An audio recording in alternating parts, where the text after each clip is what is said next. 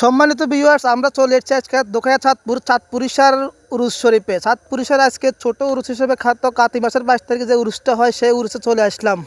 অতীতে আমরা উরুসটা যেভাবে দেখেছি সেভাবে না দেখলেও অনেক অনেক আগ্রহের সাথে উরুসটিতে চলে আসলাম, কারণ ছোটোবেলা থেকে এখানে আসা যাওয়া তো, তাই মনের একটা মিল। মেলায় এসে যা দেখলাম আমার মতো লোকের কিছু এখানে নেই, সব বাচ্চা ফোলা হয় না আর মেয়েদের সাজানি। কারণ আমরা এখন বড় হয়ে বলতে চাই রে কি ভুল করলাম, ছোটবেলা ছোট থাকতে তো ভালো ছিল, কারণ ছোট যখন ছিলাম তখন হাতে ছিল না টাকা, এসব দেখলেও কিনতে পারতাম না তেমন ইচ্ছা মতো।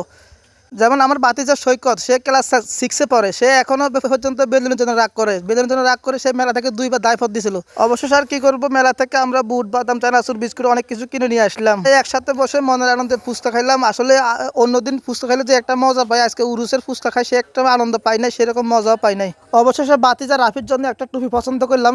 আমার যেটা পছন্দ হয় সেটা বাগিনার পছন্দ হয় না, আর বাগিনার যেটা পছন্দ সেটা আমার পছন্দ হয় না। সব মিলে লাস্ট পর্যন্ত একটা পছন্দ করলাম, কারণ বাগিনার মাথা হচ্ছে অনেক বড়, টুপি লাগে 50 সাইজের।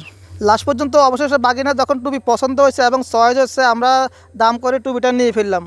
টুপি নেওয়ার পরে বাগিনা বলতেছে আমি মাদ্রাসা যাওয়ার সময় আমার একটা আতর লাগবে, আমার ভালো মানের একটা আতর কিনে দাও। তারপরে বাগিনার জন্য একটি সুগন্ধি আতর নিয়ে নিলাম। অনেক আজকের ভিডিওটি কে কোথা থেকে দেখছেন জানাবেন। সবাই ভিডিওটি লাইক কমেন্ট শেয়ার করে পাশে থাকবেন। আসসালামু আলাইকুম।